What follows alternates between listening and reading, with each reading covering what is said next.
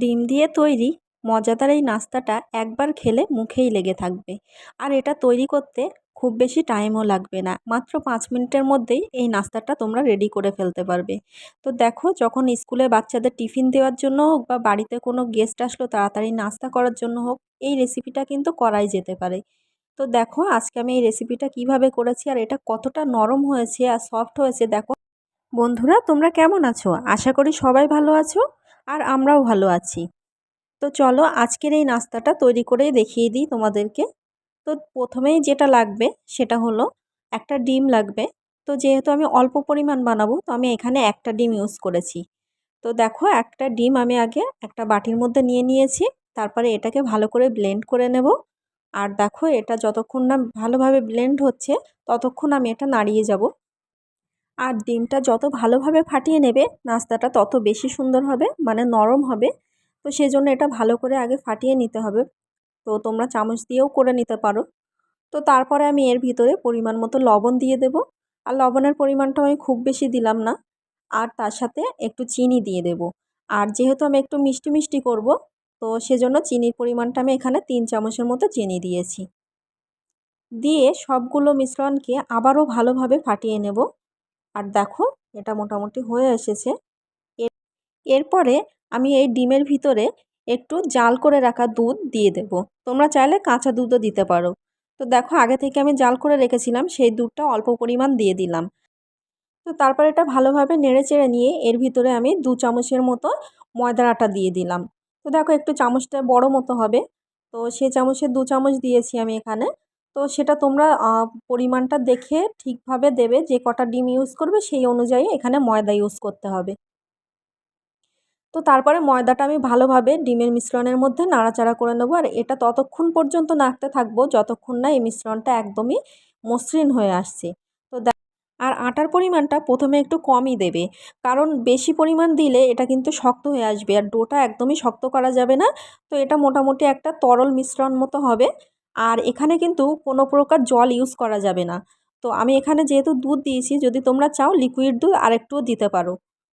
তো আমার দেখো এখানে মোটামুটি দেওয়ার আর প্রয়োজন নেই, হয়ে এসেছে মোটামুটি। তো সেজন্য আমি আর এখানে আলাদা করে দুধ দিলাম না। আর এটা দেখো, আমি নাড়িয়েই যাচ্ছি, যত ভালোভাবে এটা ব্লেন্ড করবে রুটিটা কিন্তু তত ভালো হবে খেতে। আর সকালে উঠে দেখো, বাচ্চাদের টিফিন দেওয়ার সময় অনেক তাড়াহুড়ো লেগে যায়।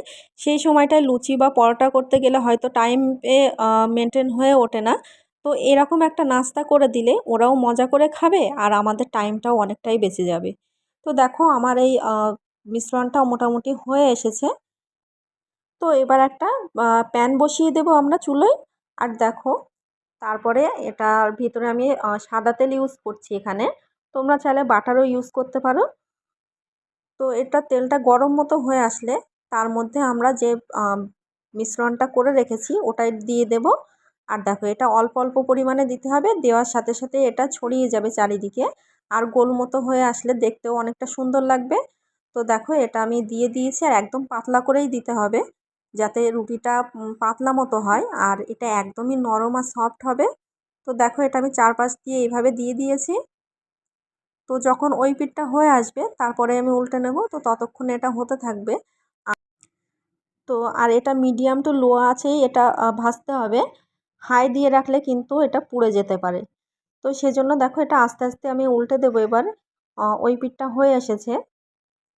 তো এটা আস্তে করে উল্টে দিলাম। দেখো, এই পিঠটা এরকম হয়ে এসেছে। আর তারপরে আস্তে আস্তে চেপে চেপে এটা ভেজে নিতে হবে। তো যেমন রুটি বা পরোটা আমরা ভেজে নিই সেভাবেই ভেজে নিতে হবে। তো দেখো, মোটামুটি হয়ে গেছে এটা। আর আমি এইভাবে আর যেগুলো ছিল সেগুলোও ভেজে নেব। আর আমি এটা মিষ্টি করে বানিয়েছি, তোমরা চাইলে ঝাল ঝাল করেও বানাতে পারো। তো যেহেতু চিনি দেওয়া হয়েছে, একটু মিষ্টি মিষ্টি মতো লাগবে এটা খেতে। আর দেখো, এটা রেডি হয়ে গেছে। আর এটা একদমই তুলোর মতো নরম হয়েছে আর খেতেও বেশ টেস্টি হয়েছে। তো তোমরা এটা বাড়িতে ট্রাই করে দেখতে পারো, খেতে ভালো লাগবে, বাচ্চারা এটাও অনেক বেশি পছন্দ করবে। আর দেখো, এটা হাত দিয়ে ছিঁড়লেই টানলেই ছিঁড়ে যাচ্ছে। তো যেরকম পরোটা বা রুটি অনেকটা শক্ত হয়ে যায়, এটা সেরকম হওয়ার ভয় নেই, এটা ঠান্ডা হয়ে গেলেও এরকম নরমই থাকবে। তো তোমাদের কেমন লেগেছে সেটা আমাকে অবশ্যই কমেন্ট করে জানাবে, আর দেখতে থাকো পরের ভিডিওগুলো।